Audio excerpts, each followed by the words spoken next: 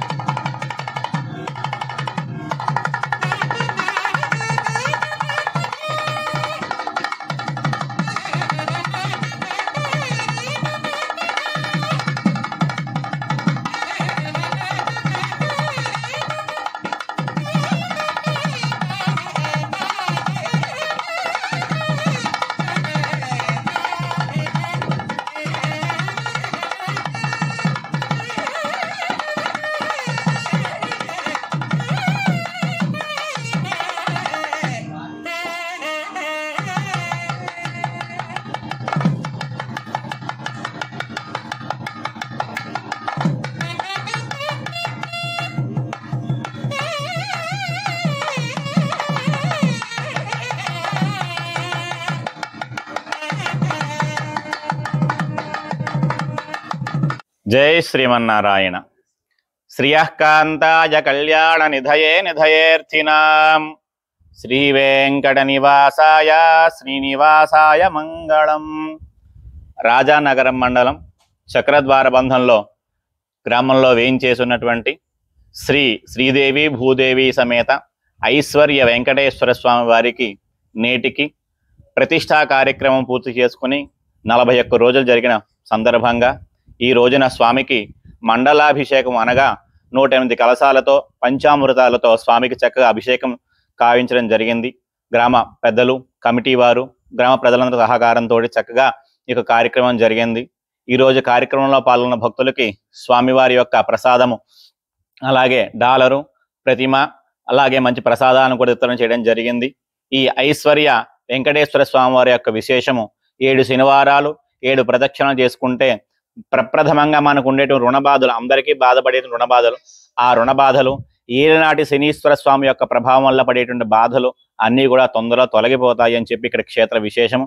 కావున భక్తులందరూ కూడా ఈ ఐశ్వర్య వెంకటేశ్వర స్వామిని దర్శనం చేసుకుని మీకు ఉండేటువంటి సమస్యల నుంచి బయటపడి ఆ స్వామి యొక్క అనుగ్రహాన్ని పొందవలసిందిగా కోరుతున్నాం. జై శ్రీమన్నారాయణ.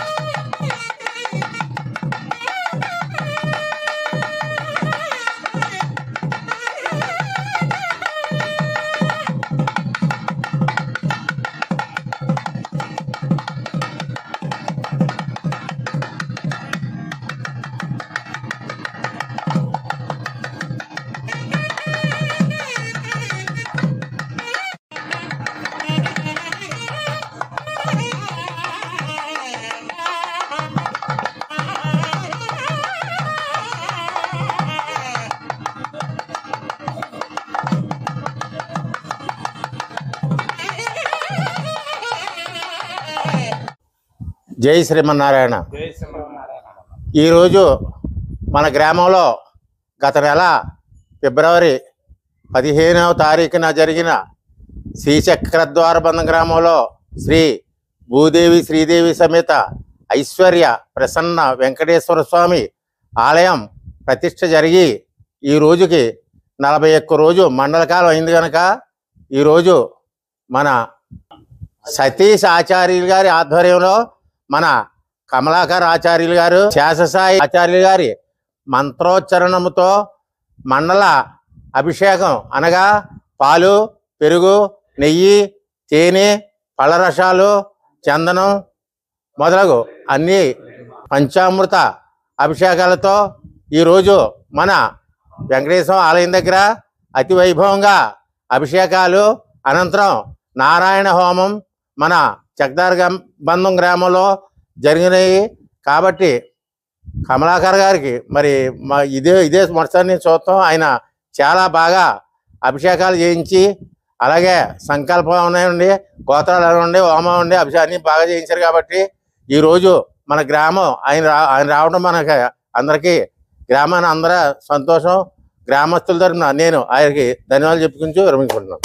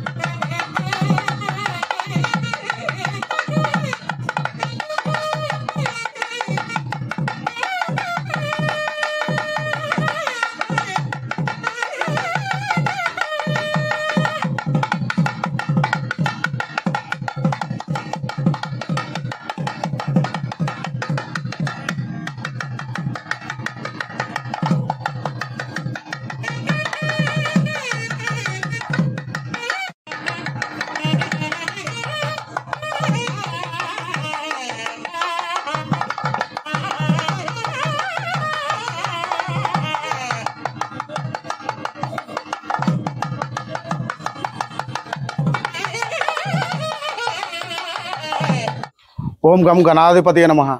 ముందుగా పెద్దలందరికీ నమస్కారాలు, అలాగే పండితులకు కూడా ప్రణామాలు. మరి శివాజ్ఞలు ఏందే సేమైన కుట్టదంటారు.